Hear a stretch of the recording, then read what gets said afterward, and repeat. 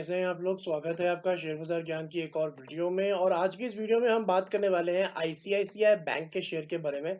लगभग 2% ऊपर बंद हुआ था फ्राइडे के सेशन के अंदर में, और आज लगभग 3 घंटे पहले इसके Q2 के रिजल्ट्स पोस्ट कर दिए कंपनी ने। तो कैसे रिजल्ट्स हैं इसके बारे में चर्चा करेंगे। जो एक्शन हमारे को फ्राइडे को देखने को मिला था, वो क्या मंडे को कंटिन्यू होता हुआ दिखेगा, इसके बारे में भी हम बात करेंगे। अगर आप लोग चैनल पे नए हो तो आप चैनल को प्लीज सब्सक्राइब कर लीजिए, ताकि रोज आने वाली वीडियो आपको लगातार मिलती रहे।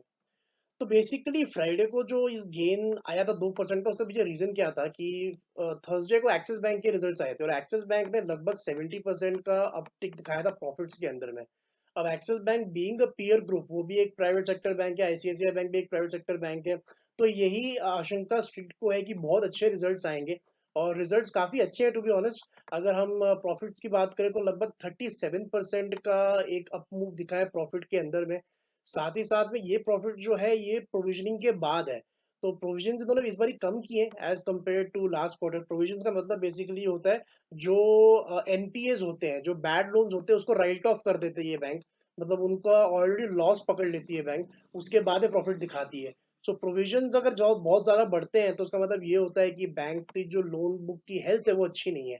लेकिन यहाँ पे ये देखने को मिल रहा है कि क्वार्टर ऑन क्वार्टर जो प्रोविजंस है वो बैंक ने कम किए हैं। इसका मतलब जो लोन की क्वालिटी बैंक्स ने दी है, जिन कंपनीज को बैंक से लोन दिए वो अच्छी कंपनीज हैं, अच्छा उनका बैकग्राउंड है, और वो टाइम से पेमेंट्स कर रहे हैं।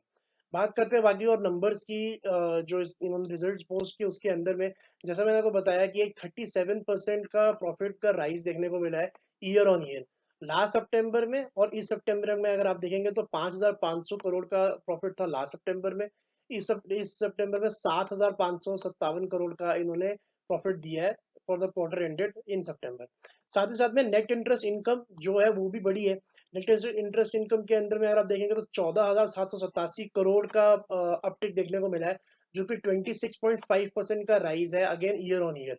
नेट इंटरेस्ट इनकम मैंने अपनी पिछली वीडियो में भी समझाया हुआ है। बेसिक सी बात होती है, जो बैंक है वो एक लोन देती है और आपकी एफडी भी करवाती है। तो एक तो वो इंटरेस्ट पे करती है अपने कस्टमर्स को, और एक इंटरेस्ट वो कलेक्ट करती है मार्केट से, जो जिसके ऊपर उन्होंने लोन दिए होते हैं।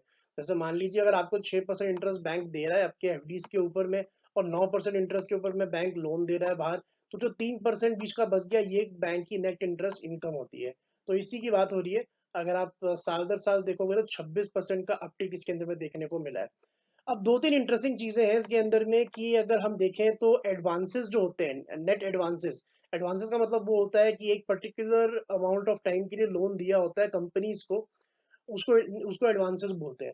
तो उन एडवांसेस के अंदर में एनपीए की कमी आई है। ऑल टुगेदर अगर आप देखोगे तो gross NPA as a percentage of gross advances जो है वो फॉल किया है कितना, 2.2%। तो 22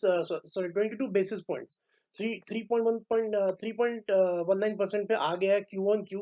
और नेट एनपीए वो भी 0.61 पे आ गया है। ये जो 0.61 और 3.19% है, ये ग्रॉस एडवांसेस का एनपीए है। ऑल टुगेदर एनपीए अलग है। तो ये बात एक होगी जो बैंक के रिजल्ट्स में अच्छा एक नंबर आया है, क्योंकि अगर बैंक का आप पूरा स्टेटमेंट पढ़ेंगे तो बैंक ने ये कहा है कि लगभग 1100 करोड़ के जो लोन्स हैं इन्होंने एनपीए डिक्लेयर किया है इसी क्वार्टर के अंदर में। तो प्रोविजंस जो है अभी भी काफी प्रोविजन किया है बैंक ने। लेकिन अगर आप कंपेयर करोगे लास्ट क्वार्टर से तो कम प्रोविजंस किए, यही चीज जो है अलग है इसके अंदर में। अगर हम आईडीबीआई बैंक के रिजल्ट्स को, जैसे मैंने अपनी लास्ट वीडियो में बताया था, उसको देखेंगे तो उसके अंदर में प्रोविजंस बड़े हैं। इसके अंदर प्रोविजंस पिछले क्वार्टर के मुकाबले कम हुए हैं। तो ये एक अच्छी चीज है। अब अगर हम ये तो मोटा मोटा बात हो गया इसका, बैंक का रिजल्ट्स के बारे में, प्रोविजंस की बात हमने कर दी, नेट इंटरेस्ट इनकम और प्रॉफिट की बात कर दी। अगर हम लोग चार्ट्स के ऊपर में अब आईसीआईसीआई बैंक के ऊपर में आएंगे तो इंटरेस्टिंग चीज ये है कि इस हफ्ते का मूव काफी अच्छा था। लेकिन अगर आप डेली चार्ट्स के ऊपर में देखोगे तो मुझे अभी भी लगता है कि जो ट्रेंड है वो काफी हद तक न्यूट्रल है।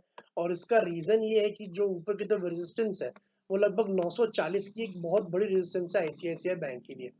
अब मेन सवाल ये आ जाता है कि मंडे को होगा क्या। मंडे को तो आई थिंक मूरत ट्रेडिंग है, और ट्यूसडे को ही एक बड़ा सेशन आएगा।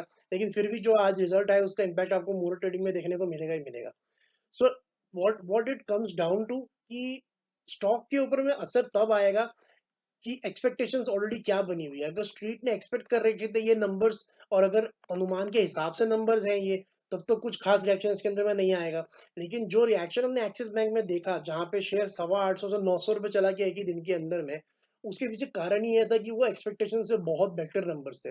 सो जब भी आपको रिजल्ट के बाद में जो भी अपटिक देखने को मिलती है, वो सिर्फ और सिर्फ इसी बात पे डिपेंडेंट होती है कि एक्सपेक्टेशंस क्या थी, उससे पहले पोजीशंस कैसी बनी हुई है उस शेयर के अंदर में, मार्केट के अंदर, ना कि इस बात पे कि रिजल्ट्स अच्छे हैं या बुरे हैं।